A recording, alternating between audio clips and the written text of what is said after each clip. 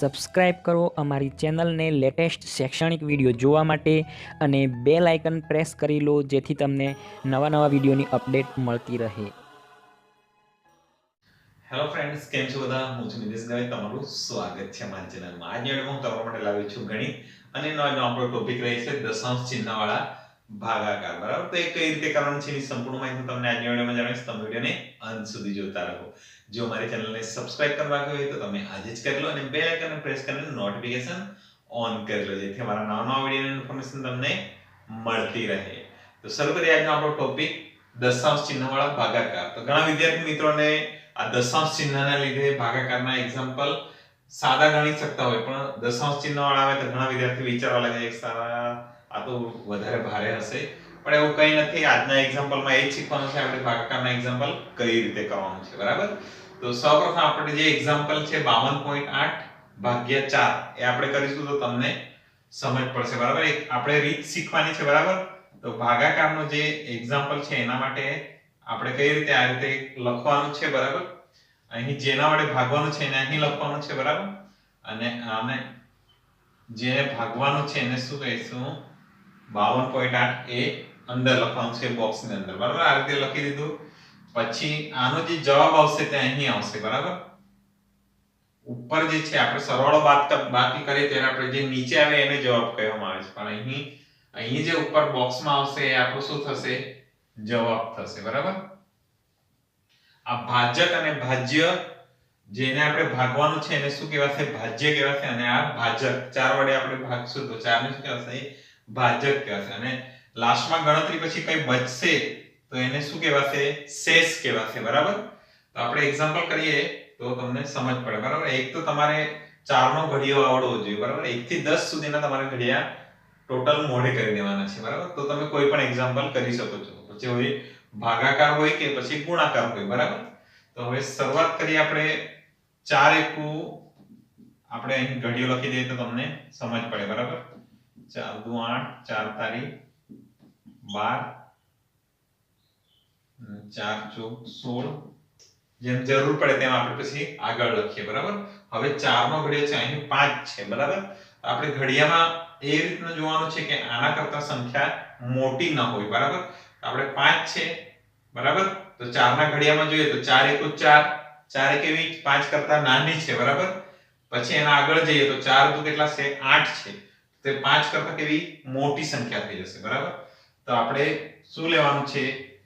આના કરતા જે નાની સંખ્યા હોય એ લેવાનું છે. બરાબર, તો 4 એકુ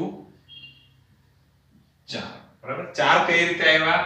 આ 1 કેવી રીતે આવ્યો એ તમને ખબર પડવા જોઈએ કે આ બેનો આપણે ગુણાકાર કર્યો તો કેટલા આવ્યો? 4 આવ્યો. બરાબર, આપણે આ ઘડિયા પરથી આ 4 લખી દીધા. બરાબર, 4 એકુ 4. બરાબર, હવે શું કરવાનું છે તો કે આની બાદબાકી કરવાની છે. બાદબાકી કરશું તો 5 માંથી 4 બાદ કરશું તો કેટલા આવશે? 1 આવશે. બરાબર, પછી જે આગળની સંખ્યા છે એને નીચે ઉતારવાની છે. બરાબર, કેટલા આવશે? 2. બરાબર, બધા એક્ઝામ્પલમાં આપણે કઈ રીતે ગણતા હતા તો કે એકમ બાદથી ગણતા હતા. ધારો કે તમારે આ વત્તા કરવાના છે તો આપણે કઈ બાદથી ગણતા હતા? આ બાદથી ગણતા હતા, એકમ બાદથી. બરાબર, આપણે આમાં કઈ બાદથી ગણ્યું તો કે આ 5 કઈ બાદથી છે? આ સાઈડથી છે. બરાબર, આ બાજુથી ને જમણી સાઈડથી છે. તો આ બાજુથી કઈ સાઈડથી ગણાશે? ડાબી સાઈડથી ગણાશે. બરાબર, તો હવે આગળ વધીએ તો કે 12 આવ્યા તો આપણે આ એક ઘડિયામાં જોઈએ તો 12 કઈ જગ્યાએ છે? 4 તારી 12 છે. બરાબર, તો આપણે ડાયરેક્ટ લખી દઈએ 4 તારી 12. બરાબર, શું આવશે? બાદબાકી કરશું તો શું આવશે? 0 0 આવશે. બરાબર, હવે એક દશાંશ ચિહ્ન છે. બરાબર, આજનો ટોપિક એના માટે જ છે. દશાંશ ચિહ્ન આવે ત્યારે શું કરવાનું છે? જ્યારે કોઈ પણ દશાંશ ચિહ્ન પછીની સંખ્યા જો નીચે આવે તો એના પહેલા આપણે શું કરી દેવાનું છે? ઉપર દશાંશ ચિહ્ન મૂકી દેવાનું છે. બરાબર, પછી આપણે શું કરવાનું છે? આગળ વધીએ તો કે જે રીતે આગળની સંખ્યા નીચે આવશે એ રીતે આપણે આ આગળની સંખ્યા નીચે લેવાની છે. બરાબર, હવે 4 ના ઘડિયામાં જોઈએ તો કે 8 ક્યારે છે? તો કે 4 દુ 8 થશે. બરાબર, હવે જેના વડે ગુણેલું છે એને ક્યાં લખવાનું છે? ઉપર લખવાનું છે. બરાબર, ઉપર. બરાબર, હવે 4 દુ કેટલા છે? તો કે 8 છે. બરાબર, 8 માંથી 8 બાદ કરશું તો કેટલા આવશે? 0 આવશે. આ આપણે પહેલા કહી દીધું તે રીતે શું આવશે? આ શેષ બચશે. કઈ પણ બચશે એને શેષ કહેવાશે, બરાબર. અહીંયા કઈ બચેલું નથી હમણાં તો, પણ કઈ બચે તો એને શું કહેવાશે? શેષ કહેવાશે. આને શું કહેવાશે? તો કે ભાગફળ કહેવાશે, બરાબર. અને આ ભાજક અને ભાજ્ય, બરાબર. સમજ પડી ગઈ? ઈઝી એક્ઝામ્પલ લીધેલો છે ફક્ત તમને રીત બતાવવા માટે. આપણે દશાંશ ચિહ્નનું જ્યારે તેના પછીની સંખ્યા જ્યારે ઉતારશું તો એના ઉપર શું કરવાનું છે? દશાંશ ચિહ્ન મૂકી દેવાનું છે, બરાબર. એટલે તમારો એક્ઝામ્પલ બાકીનો જે સિમ્પલ છે એ રીતે જ કરવાનું છે, બરાબર. હવે આપણે બીજો એક્ઝામ્પલ જોઈએ. તમે સાથે સાથે નોટમાં પણ લખતા જાઓ તો તમને સમજ પડે, બરાબર. અથવા તમને કોઈ સવાલ હોય અથવા તમે કોઈ એક્ઝામ્પલમાં કોઈ જગ્યાએ ખબર ન પડી હોય તો તમને કોમેન્ટ કરજો, બરાબર. આપણે એક આગળનો એક્ઝામ્પલ જોઈએ. તો 5 નો ઘડિયો છે અને જેને ભાગવાનું છે એને આપણે ક્યાં લખી દઈએ? અંદર લખી દઈએ અને આને 5 વડે ભાગવાનું છે, બરાબર. હવે 5 નો ઘડિયો તો ખૂબ જ આસાન છે, બધાને આવડે જ છે. 5 એકુ 5 લખી દઈએ તો તમને સમજ પડે, બરાબર.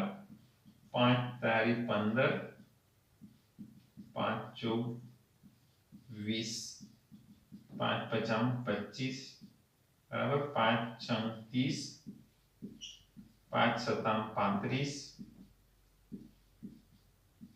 5 અઠામ 40, 5 નવમ 45 અને 5 દાન 50, બરાબર.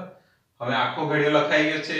તો આ ઘડિયો કઈ રીતે બનાવેલું છે પણ એકવાર જોઈ લો. 5 માં 5 સરવાળો કરીએ તો કેટલા થશે? 10 થશે. 10 માં 5 સરવાળો કરીશું તો કેટલા થશે? 15 થશે, બરાબર. 5 5 5 5 પ્લસ કરતા ગયેલા છે, બરાબર.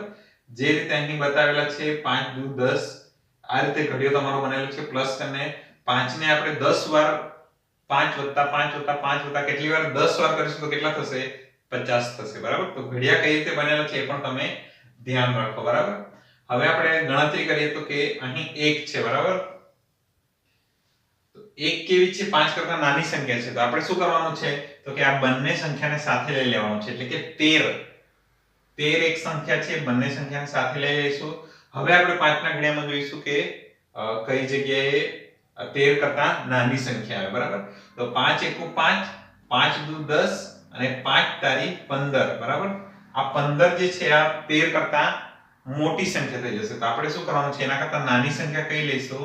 5 દુ 10 લઈશું, બરાબર. 5 દુ 10, બરાબર. હવે આપણે બાદબાકી કરવાની છે, બરાબર. 3 માંથી 0 બાદ કરીશું તો 3, અહીં 1 માંથી 1 જાય તો 0. હવે આગળની સંખ્યા જે છે એને નીચે લાવીશું તો કેટલા થશે? 35, બરાબર. સમજ પડી ગઈ? 35 કઈ રીતે આવ્યું, બરાબર. હવે આપણે 5 ના ઘડિયામાં જોવાનું છે કે 35 આવે છે તો કે હા 5 સતામ 35. જો એ જ સંખ્યા આવી જાય તો આપણે ડાયરેક્ટ લખી દેવાનું છે 5 સતામ 35, બરાબર. હવે બાદબાકી કરતા આપણને શું મળશે? 0 0. હવે આગળની સંખ્યા નીચે ઉતારીશું પણ એના પહેલા શું છે? તો કે દશાંશ ચિહ્ન છે, બરાબર. તો આપણે દશાંશ ચિહ્ન આવી ગયું તો આપણે શું કરવાનું છે? જવાબમાં પણ દશાંશ ચિહ્ન મૂકી દેવાનું છે, બરાબર.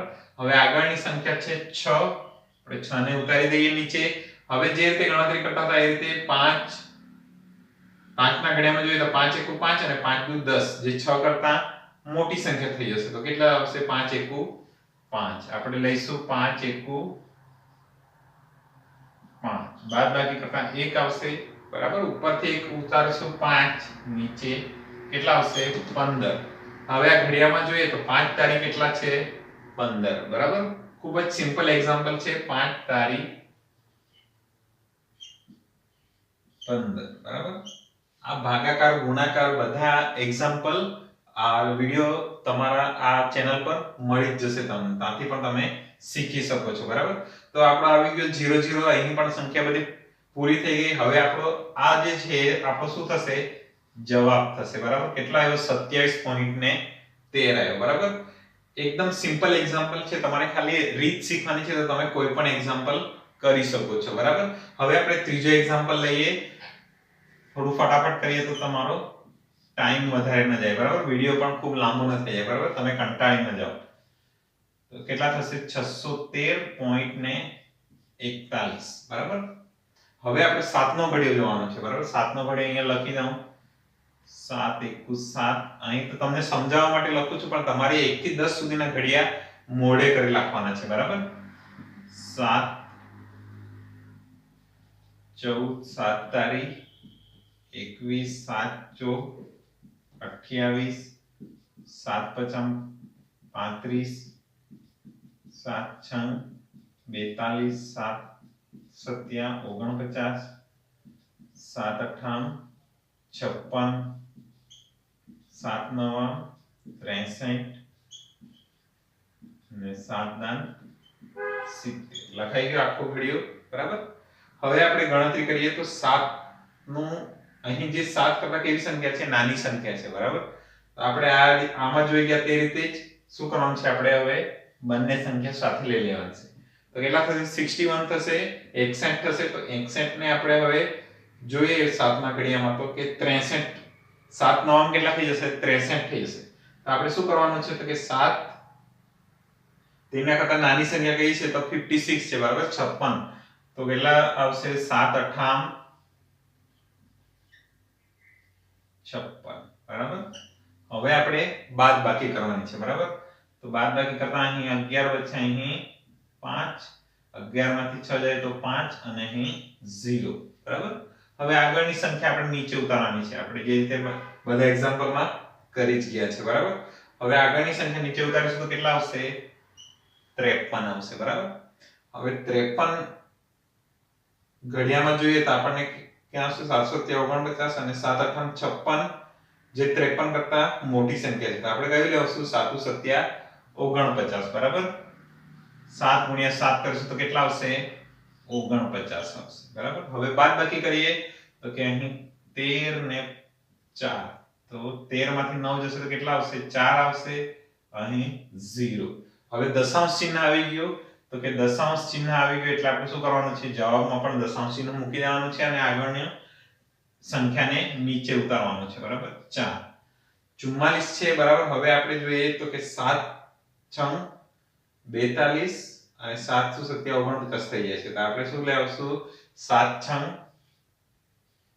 42 બરાબર અહીં 4 માંથી 2 જાય તો 2 4 માંથી 4 જાય તો 0 હવે આપણે શું કરવાનું છે આગળની સંખ્યા નીચે ઉતારીશું તો કેટલા આવશે 1 હવે 21 જે છે 7 ના ઘડિયામાં આવે છે 7 તારીખ 21 બરાબર 7 તારીખ 21 તો આપણે લખી દઈએ 7 તારીખ 21 બરાબર 00 બરાબર 00 આવી ગયો અહીં પણ સંખ્યા પૂરી થઈ ગઈ તો આપણો જવાબ થશે 87.63 બરાબર આપણો જવાબ થયો આ ઉપરનો જવાબ કઈ રીતે લખેલો છે કે 7 વડે કોઈ બી સંખ્યાને જે સંખ્યાને આપણે ગુણાકાર કર્યો એને આપણે ઉપર લખેલું છે એનો ગુણાકાર કરીને જે જવાબ આવે છે એને ક્યાં લખેલું છે અહીં લખેલું છે બરાબર તો આપણે શું કહ્યું તો કે 7 8 7 ના ઘડિયામાં અહીંયા જોયું કે 7 8 56 છે તો 7 ગુણ્યા 8 કર્યું તો કે 8 ક્યાં લખેલું છે જવાબમાં લખેલું છે અને એનું જે નીચે લખેલું છે 56 લખેલું છે એના ગુણાકાર કરીને જે જવાબ આવે છે એને